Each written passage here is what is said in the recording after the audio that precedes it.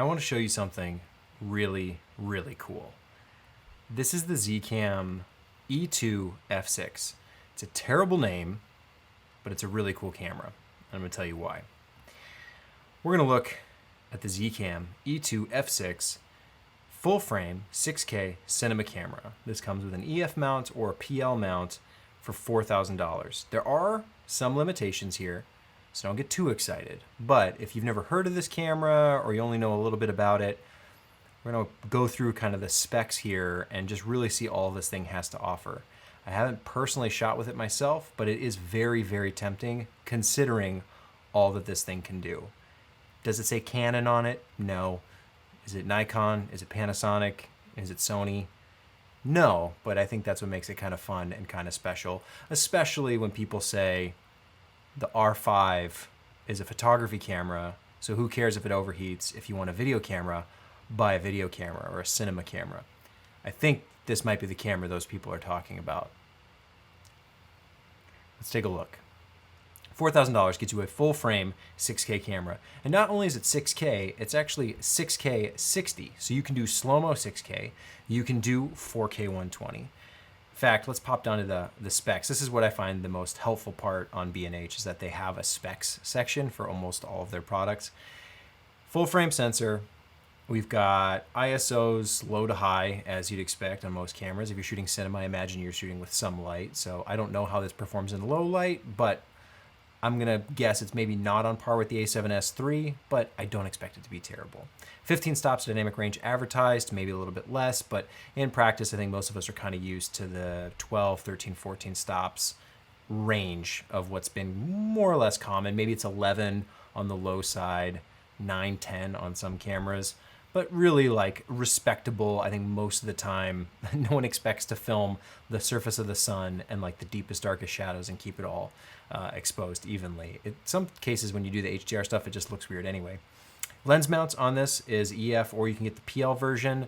You can do shutter angle. There aren't any built-in ND filters, so that's what would separate it from something like the Ursa Mini Pro, which does have built-in NDs, or some of the Sony cameras or the Canon cameras that have that built-in ND filter wheel. Some of them are electronic now, kind of moving that direction. No built-in NDs on the Zcam E2. Unfortunately, I always like to have them built in so that they're there. But again, we're looking at a $4,000 camera on par with other hybrids in this class, what I would equate with the Lumix S1H, a full-frame mirrorless hybrid, the Sony A7S III hybrid mirrorless camera, the Canon R5. None of them have built-in NDs either. Would it set this apart a little bit more? Yeah, it would. You've got a bunch of different internal recording options. You can do RAW, of course. It's a cinema camera. Most cinema cameras, if they say they're cinema cameras, they should be doing RAW nowadays. We've got H.265, MOV, MP4. This is 420 10-bit and 420 8-bit. You have a bunch of options here. You can get 422 10-bit over HDMI if you're using an external recorder, which in this case, if you notice, it doesn't come with an LCD, so you would likely have one of those anyway if you needed that.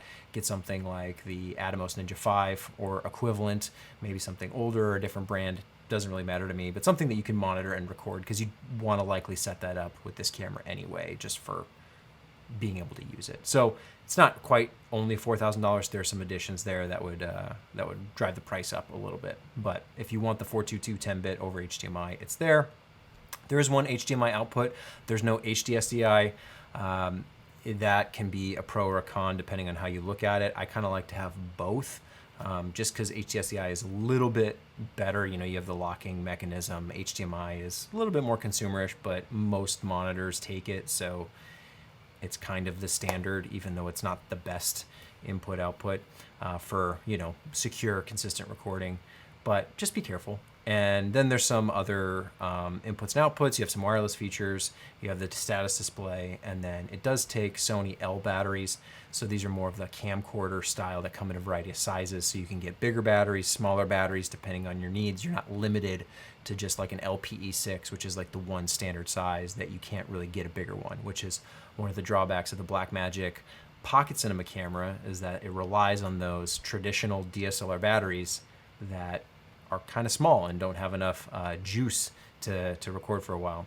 We've got operating temperatures. I don't imagine this thing's going to overheat. I guess it could. I haven't tested it myself. These are pretty standard operating temperatures, same as like the GH5 and many other cameras, up to 104 degrees Fahrenheit or 40 degrees Celsius. You can store it at higher temperatures if you want, but I wouldn't recommend it. Why make your gear excessively hot if you don't need to? And some weights and dimensions down here. Now, as you can imagine, it's missing a few things. This isn't a hybrid camera in that I'm sure you can take photos with it. You could take still frames or whatever, but it's not a photography camera. It's not meant for that purpose. I believe it does do autofocus, but again, probably not at that hybrid DSLR, mirrorless. You know, you're taking photos because it's a photography camera as well. This is definitely more in the cinema class, where if it has autofocus, it might function kind of like it does on the Blackmagic cameras, where it's there, but I don't ever use it because it's not reliable, and it's just not how I shoot with those cameras. And you don't have the internal stabilization, the IBIS, that you're getting on a lot of the newer cameras like the A7S III, the S1H, the R5. All these cameras have that internal image stabilization right on the sensor, as well as pairing it with the image stabilization you get with lenses. And you can get some really, really stable shots just shooting completely handheld. So hopefully that paints a pretty good picture of what this camera is, why I think it's kind of cool, and the price. But let me show you something even cooler. And this is what is maybe most exciting for me, because I just like the weird quirks, the weird workarounds, the stuff that's a little bit obtuse. You'll notice the E2-F6 is the full frame version, but there's also an E2-S6, which would be the Super 35 version. And you'll notice for the Super 35 version, you can get it with a micro four thirds mount. Now granted, this is back ordered on P&H right now, but look at the price drop and how that dropped down to $2,600. So now you're at the price of an R6, the budget new Canon hybrid mirrorless video camera that's not a video camera, that's just meant for photos, but it has some cool video features, except you can't use them because it overheats. You've got a Super 35 sensor with a micro four thirds mount and the price of an R6, but it's not full frame, except micro four thirds, you can use speed booster. And this reminds me a lot of the JVC LS300. This is a weird camera. Not a lot of people own one. I rented one for a shoot one time. Loved everything about it. You know, everything you could want is on this camera. Built-in NDs. It's got a Super 35 sensor. It shoots 4K. It has a micro four thirds mount, so you can put a speed booster on it. And now you're speed boosting, you're focal reducing to Super 35 from full frame glass, because almost all of your lenses will be if you're a full frame shooter. Like if you have a bunch of Canon lenses or Nikon lenses or whatnot, you can, because it's a mirrorless mount, you have extra room to put an adapter on there, meaning you can put a speed booster on there and get a full frame, kind of a fake full frame equivalent on a camera like this. Very few of these exist, right? A Super 35 sensor with a micro four thirds mount. Kind of weird, kind of strange, because you could use micro four thirds lenses on there, but then those lenses are designed for even a smaller sensor, micro four thirds, than Super 35 or APS-C would be the kind of photography equivalent. So why would you want to do this? Well, interesting enough, the Zcam E2-S6 with the Super 35 will shoot 6K 75, 14 stops dynamic range. Let's go down to the specs. Take a look. Keep in mind, if you put a speed booster on this, you get that full frame field of view. Now, is it really full frame? No. And there's going to be some people who nitpick it to death. But you're looking at $2,500, $2,600 with a speed booster, $3,000 probably. Maybe you already have one because you're shooting with the GH5 or something similar. And you can do up to 120 frames, 4K, with all the nice cinema benefits we talked about on the F6. So we've got raw 10-bit if you want. We've got the 420 10-bit and all the flavors. We've got the audio recording, the 422 external. Again, you're going to have an external monitor display to also probably record on, since most of them do that nowadays. And kind of the same things, the benefits of the kind of bigger camcorder style batteries, and your weight specs again.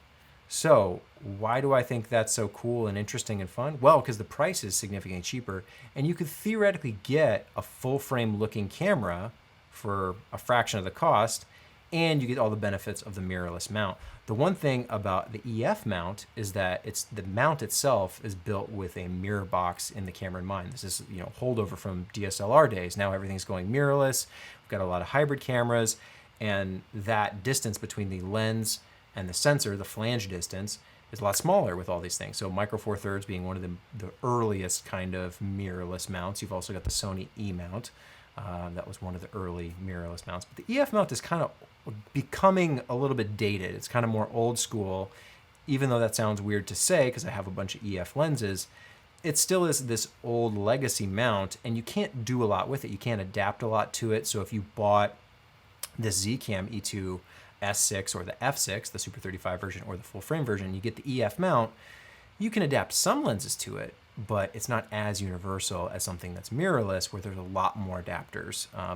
Cheap dummy adapters to smart adapters to speed boosters, all sorts of cool, fun stuff you can do. You can even do some macro adapter type things just to put a little bit more distance in there if you want to limit like your lens and do some cool stuff to play around with it. There's even some tilt shift adapters. I have one over here that I don't use as much as I probably should, but you just have flexibility when you have the mirrorless mount. And the fact that you can get a Super 35 sensor, not a Micro Four Thirds sensor, with a Micro Four Thirds mount, I think is really, really intriguing. Now, it is back ordered on B&H right now. And this isn't the only thing that Zcam makes. If you go over to their website, they actually have quite a few products that it might be interesting to check out. Lots of VR stuff, from professional VR cameras to cinematic VR cameras, all sorts of neat, fun things to play around with if you're so inclined. Now, I don't really know much about this brand, other than the few people who have purchased these cameras seem to like them, and you'll see the reviews online are fairly positive. There are almost all the reviews on B&H, if it's regarding the full frame one, are fairly positive. I think they're all 5 stars probably. Now, is that early adopters who are just really excited? Oh, there's 1 4-star or 2 4 stars.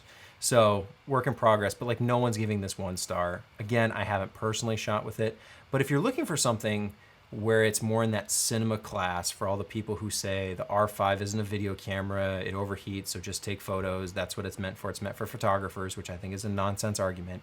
But let's just say you took those people with their argument. Don't give Canon your money. Consider something like this, or the Pocket Cinema camera from Blackmagic, or the Lumix S1H, or the new A7S III. Like, there are plenty of cameras in this price point that do really, really high-end video features.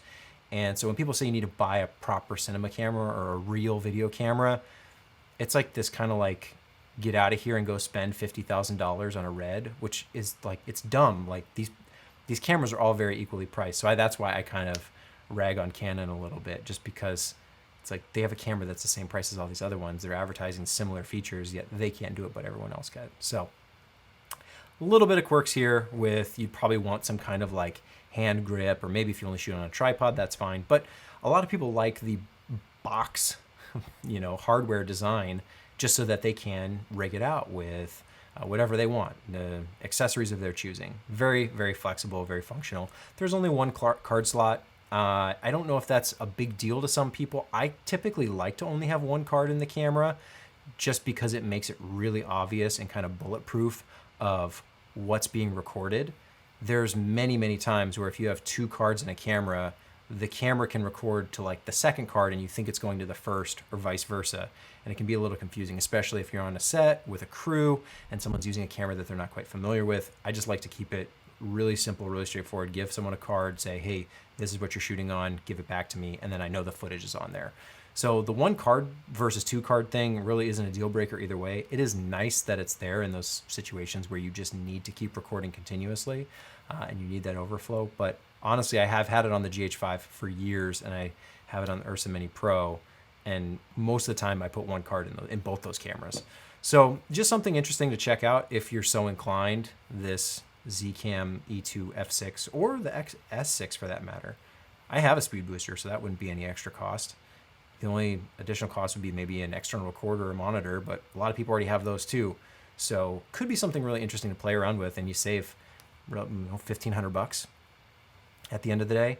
So I like that. I like the fun, quirky little things that maybe it's the intent. I don't know if that's why they designed it Super 35 and Micro Four Thirds, so you could do that, but I like kind of thinking outside the box. That's what JVC did with the LS300, and that's what I think Panasonic should embrace more of with the GH6, or however that line evolves in the future. So check it out if you haven't considered it and you're looking to have something that's video cinema forward. Wish it had the built-in NDs. But hey, if you get the EF mount, the F mount you're going to be limited. But if you get the Micro Four Third mount, now you have adapters that have NDs built in. There's like the Visualex ND throttle. There's a few other adapters where you can slot NDs behind the lens. I don't know if I prefer one way or the other, in front of the lens or behind. I think they both have their pros and cons. Behind the lens, though, is just kind of more convenient if it's always there, but it does get in the way if you wanted to put a speed booster there. To my knowledge, there isn't a speed booster and ND combo, although that is something that Metabone should definitely do, or anyone could do if you could make it fit. But I don't know that there's quite enough room in that distance to fit both the optics for the speed booster and an ND. But something to keep in mind if you do want to go that route, you could get an adapter with, you know, a variable ND built right into it, so you have the Super 35 sensor, which is, you know, cinema standard, with a mirrorless mount that's very flexible, very adaptable. So check it out and see what you think, because it definitely has me intrigued, and hopefully one day I can get my hands on it and play around with it.